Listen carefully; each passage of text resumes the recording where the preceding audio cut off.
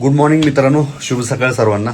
मित्रांनो, उज्जैनमधला आज आहे दुसरा दिवस आणि आता आपण दुसरा दिवस आहे पण आपण आता ओंकारेश्वरला जाणार आहे. पण ओंकारेश्वरला जायच्या आधी रूममधून चेकआउट करणार आहे आणि चेकआउट झाल्यानंतर आपण जाणार आहे तर इथंच एक 4-5 किलोमीटरच्या अंतरावरती काळभैरवनाथाचं एक मंदिर आहे की त्या मंदिरामध्ये असं मानलं जातं की तिथं दारूचा नैवेद्य वगैरे दाखवला जातो. तर तो स्वतः जाऊन मला एकदा बघायचा होता म्हणून म्हटलं चला जाऊन दर्शन पण घेऊ आणि तिथलं काय नेमकं आहे, तो राज जो आहे तो काय आहे तर तो पण बघायचा होता आपल्याला. तर चला मित्रांनो, चेकआउट करू आणि भेटू डायरेक्ट काळभैरवनाथच्या मंदिरामध्ये. चला. उज्जैनच्या पवित्र भूमीत महाकालांच्या नगरीत दुसऱ्या दिवशी आम्ही कालभैरवनाथांचे दर्शन घेतले. या मंदिराची एक अनोखी परंपरा आहे. इथे कालभैरवनाथांना मद्य अर्पण केलं जातं. पहिल्यांदा ऐकल्यावर आश्चर्य वाटलं, पण श्रद्धा आणि भक्तीची ही एक वेगळीच अनुभूती आहे. असं मानलं जातं की जे लोक व्यसनाच्या आहारी गेलेत त्यांनी जर मनापासून कालभैरवनाथांना मद्य अर्पण करून प्रार्थना केली तर त्यांना व्यसनमुक्तीची शक्ती मिळते. श्रद्धा, विश्वास आणि अध्यात्म यांच्या संगमाचा अनुभव आम्ही घेतला. A few moments later. मित्रांनो, रूममधून चेकआउट केलं आहे. काळभैरवनाथाचं पण दर्शन झालं आहे मस्त. आणि आता आम्ही प्रवास चालू केलेला आहे ओंकारेश्वरला. असं म्हणतात की 3-4 तास लागतात इथून. तर चाललो आहे आणि रस्ता थोडा खराब आहे असं पण समजलं आहे. बघूया किती वेळ लागतो आहे. उज्जैन सिटी खरंच मोठी आहे खूप आणि सिग्नल वगैरे आहेत ठिकठिकाणी. रोडची कंडिशन सध्या तरी चांगली आहे म्हणजे इथली उज्जैनमधली. मित्रांनो, ओंकारेश्वर रोडला आम्ही आता आहे. ओंकारेश्वरला चाललो आहे आणि रोड जो आहे तो थोडासा कंटाळवाणा वाटतो कारण आम्ही नेमके दुपारचे निघालेलो आहे. साधारण 2 वाजता निघालो आहे तिथून हॉटेलवरून आणि आता एक मला वाटतं अजून 1-2 तासामध्ये आम्ही पोचायला पाहिजे. चला, मध्ये मध्ये रोडची कामं चालू आहेत ना तर त्याच्यामुळे थोडासा वेळ जातो इथं.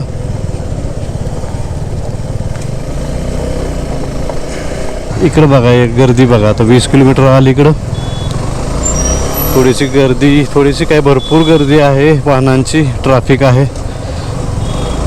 चला, आपली 2 व्हीलर असल्यामुळं काही प्रॉब्लेम नाही, पटपट निघतोय आपण. पण कंजेस्टेड आहे रोड हा पूर्ण.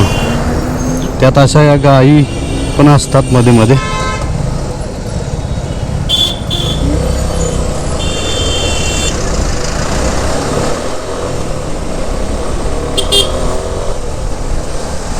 चला, नर्मदा नदीचा ब्रिज आपण आता क्रॉस करतोय. तुम्ही बघा हा नजारा कसा वाटतोय, मस्त वाटतंय ना. आणि इकडं सनसेट होईल आता थोड्या वेळात.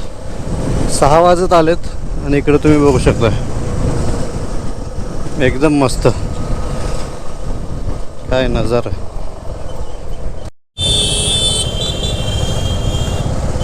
मित्रांनो, लेफ्ट साईडला ओंकारेश्वर मंदिराकडे रोड जातोय.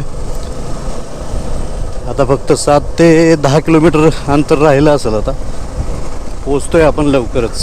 चला. हा डमरू बघा कसा आहे, उज्जैनमध्ये घेतलेला आहे. महाकालेश्वर, ओंकारेश्वर ज्योतिर्लिंग 12 किलोमीटर राहिले फक्त आता.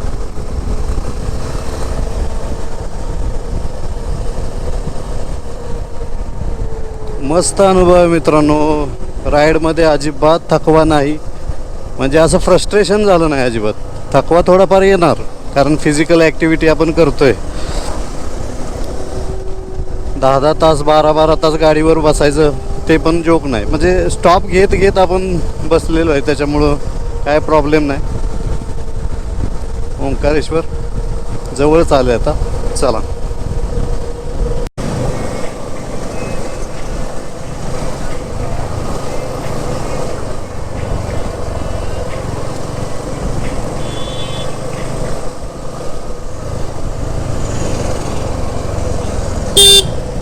आपण आलेलो आहोत हॉटेलमध्ये. आपण बुक केलेल्या टेम्पल व्ह्यू 2 व्हीलरचं पार्किंग दुसऱ्या ठिकाणी आहे तर त्याच्यामुळं आपण तिकडं चाललो आता. आपल्याला या हॉटेलमधून व्ह्यू जो दिसणार आहे तो टेम्पलचा दिसणार आहे. सगळ्यात महत्त्वाचं असतं मित्रांनो सेफ्टी पार्किंग. आपल्या गाड्यांसाठी, कारण एवढं रनिंग करतात त्यांची पण काळजी घ्यायला लागते. ही 507 नंबरची रूम आम्हाला अलर्ट केलेली आहे. मस्त आहे, ॲम्बियन्स मस्त आहे इथला, छान वाटतं. मित्रांनो थोडंसं साहित्य पडलं आहे, थोडं इग्नोर करायचं. हे जे रिसॉर्ट आहे आम्ही बुक केलेलं, टेम्पल व्ह्यू या रिसॉर्टचं नाव आहे आणि ह्या अशा टाईपच्या रूम आहेत. आता हे गव्हर्नमेंटचं आहे, मध्य प्रदेश टुरिझमचं हे रिसॉर्ट आहे.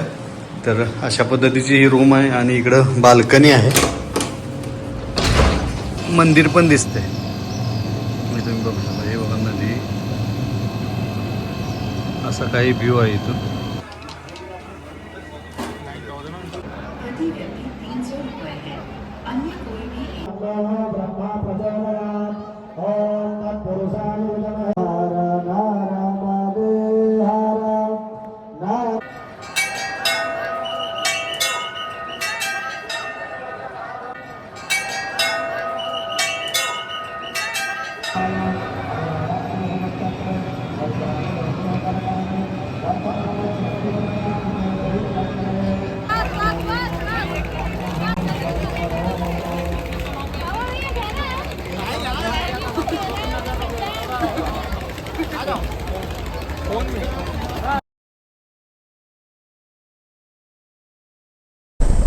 तर मित्रांनो, ओंकारेश्वरवरून आम्ही आता परतीचा प्रवास सुरू केला आहे.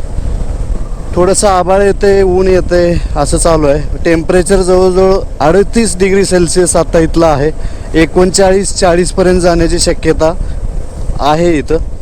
आणि आता परतीचा प्रवास सुरू करतो आहे. मस्त ब्लूटूथला मी गाणी लावलेली आहेत महादेवांची, मस्त वाटतंय. वाईब खूप छान आहे मित्रांनो. आपल्याला वाटतं की ऊन जास्त आहे, मग आपल्याला गाडीवरती ऊन लागेल वगैरे, पण तसं नसतंय. कारण गाडी रनिंगमध्ये असल्यामुळे हवा जी आहे ना, ते आपल्याला कंटिन्युअस लागत असते, तर त्याच्यामुळे ते जाणवत नाही. प्लस हेल्मेट पण असतं. थोडंफार घाम वगैरे येतो, पण ज्यावेळी हवा लागते ना त्यावेळी छान वाटतं. चलो, हे आहे बस स्टॉप इथलं लोकल ओंकारेश्वरचं.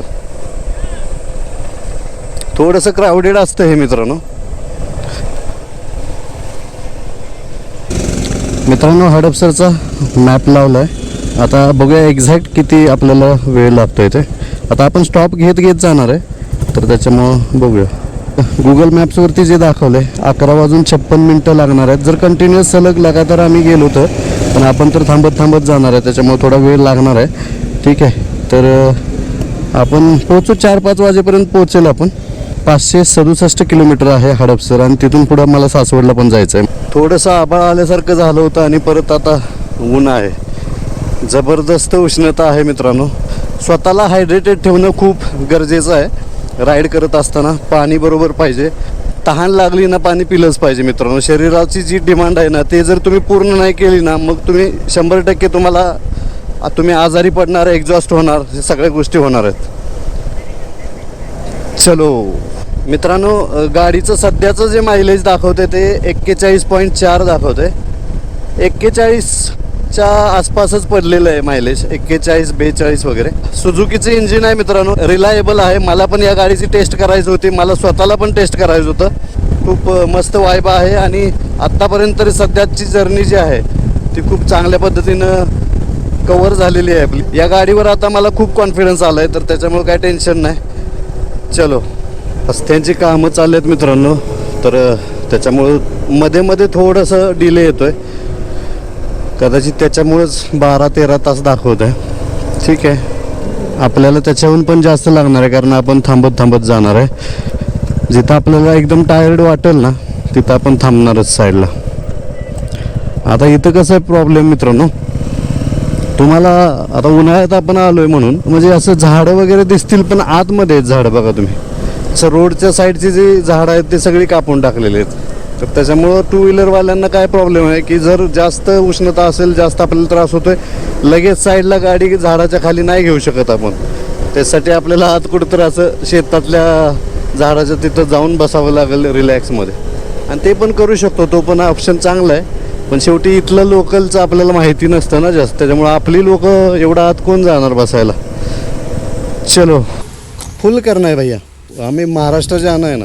कितना 500-600 का ही बेचेगा, ज़्यादा नहीं है। पंप नहीं दिख रहा है ना यहाँ पे, इसलिए हमने सोचा कि इधर ही टंकी फुल करें। हाँ हा फुल करू, डायरेक्ट लागू नाही 500च फक्त म्हणते आहेत। मी रिक्वेस्ट केली, सांगितलं महाराष्ट्र जा रहे हैं अभी, उज्जैन करके आए ना।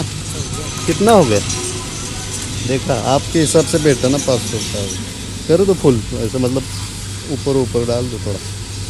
ये खांडवा रोड आहे ना मित्रांनो, या खांडवा रोडला हा नायराचा पेट्रोल पंप एक दिसला अपोजिट साईडला।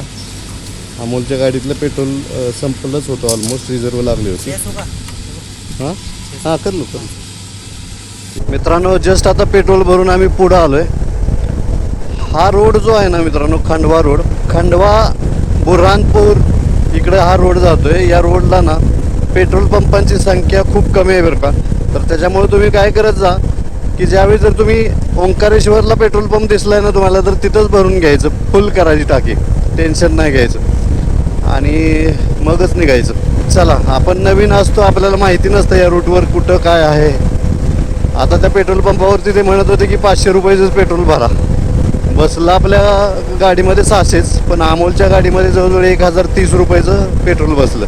4 व्हीलरनं जर तुम्ही येणार असाल तर CNG पंप पण आहेत बरं का। बऱ्याच ठिकाणी आम्ही ऑब्झर्व केलं की CNG पंप पण झाले तिथं। आणि आता हा खांडवा रोडला पण CNG पंप आहे, पुढं लांब लांब दूरवर दाखवत आहे। आणि ज्या गाड्यांना CNG आणि पेट्रोल दोन्ही आहे ना, त्या गाड्यांनी काय टेन्शन घ्यायचंच नाही, पेट्रोल पण टाकायचं, CNG जिथं मिळेल तिथं भरायचा। खूप चांगली फॅमिली ट्रिप पण होऊ शकते तुमची इथं मस्तपैकी। फक्त एवढंच की उन्हाळ्यामध्ये जरा अवॉइड करा, लहान मुलांचं थोडंसं एक्झॉस्ट होतात मुलं लगेच, लहान मुलं। मित्रांनो, रायडिंग करत असताना ना नेहमी लक्षात ठेवलं पाहिजे, उन्हाळ्यामध्ये फिरत असताना किंवा कोणत्याही सीझनमध्ये फिरत असताना सॉक्स जे आहेत ना, फुल सॉक्स पाहिजेत। कारण काय होतं, आपण बसल्यानंतर पॅन्ट आहे ना थोडीशी वर जाते ना आपली, तर त्याच्यामुळं ऊन वगैरे पडलं ना तर ते बरोबर आपल्या पायाच्या खालच्या बाजूला जिथं ओपन स्पेस आहे ना, तर तिथं ते लागतं आणि अक्षरशः चटके बसतात। 39 डिग्री तापमान आणि वरून असं ऊन असते ना खतरनाक, की मग ते थोडा एक्सपिरियन्स खराब होऊन जातो मग रायडिंगचा। तर त्याच्यामुळे फुल सॉक्स पाहिजेत जाड, काय प्रॉब्लेम नाही। मित्रांनो, या बाजूला बघा सिटी CNG आहे, CNG पंप आहेत बऱ्यापैकी दिसत आहेत। मित्रांनो, एवढ्या उन्हाचं निघालोय, वाटलं नव्हतं, पण जसं जसं पुढं जातोय ना मित्रांनो, जसं जसं आपल्या महाराष्ट्राकडे चाललोय, आता बऱ्हाणपूरच्या जवळ आलोय आम्ही, तर आभाळ आलंय मित्रांनो। आता वाजलेत 2:30, 2:32 झालेत, असा आभाळ आलंय आणि कंटिन्युअस आभाळच आलेलं आहे। आणि असं वाटतं की आपल्याला म्हणजे देवानीच आपल्याला उष्णतेपासून थोडंसं थांबवलंय की बाबा यांचा प्रवास चांगला होऊ दे कदाचित। आता हे सगळं तुमची श्रद्धा आणि अंधश्रद्धा यातलं सगळं हे आहे। मित्रांनो, या बाजूला तुम्ही बघू शकताय एक किल्ला दिसतोय हा, पण असं वाटतंय बुरहानपूरच्या आपण जवळ आहे। मग हा जो किल्ला आहे ना तो असीरगड किल्ला आहे। मित्रांनो, बऱ्याच ठिकाणी अशी रोडची कामं चाललेत, काही ठराविक ठिकाणी चालू आहे, नंतर मग परत असा चांगला रोड पण लागतोय। बुरहानपूरच्या थोडंसं पुढं आलोय आणि छत्रपती शिवाजी महाराजांचं बघा अश्वारूढ स्मारक इथं आपल्याला पाहायला मिळतंय, बरं वाटलं जरा। जसं जळगावच्या दिशेने चाललोय ना, जळगावचा बोर्ड पण दिसला आम्हाला। केळीची भरपूर शेती, भरपूर प्रमाणात केळीची शेती इथं केली जाते। जळगावची केळी फेमस आहे, भरपूर प्रमाणात केळीचं उत्पादन इकडे घेतलं जातं, जळगावची फेमस केळी। आणि ही ती शेती आहे, भरपूर शेती आहे। हा ब्रिज आहे, लोखंडी ब्रिज आहे, म्हणजे साईडनं लोखंडी जाळी लावलेली आहे त्याला, मस्त सिनिक व्ह्यू आहे इकडं। इकडं नवीन ब्रिजचं कन्स्ट्रक्शन चाललंय या बाजूला।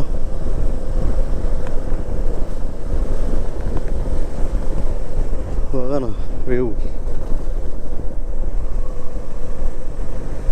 आता आपण आलोय जळगावमध्ये।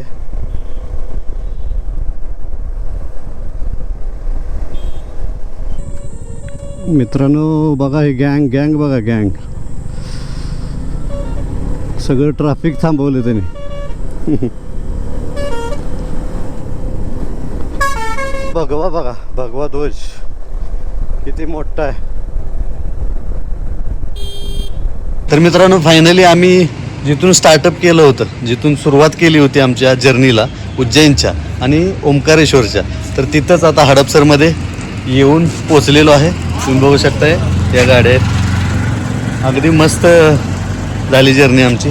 आणि तुम्ही एनर्जी बघू शकताय. रात्रीचे वाजलेले आहेत 2 आणि आमची आता आईस्क्रीम पार्टी चालल्या. सक्सेसफुल ट्रिप झालेली आहे ही. आणि खूप कॉन्फिडन्स आला. आम्हाला खरं तर वाटलं नव्हतं. माझं म्हणजे आमच्या दोघांचं पण एज जे आहे ना मित्रांनो, तर ते आहे 39 वर्ष. ठीक आहे. तर फर्स्ट टाईम आम्ही आमच्या लाईफमध्ये ही एवढी मोठी बाईक राईड केली. बरोबर आहे, पहिल्यांदाच केलेली.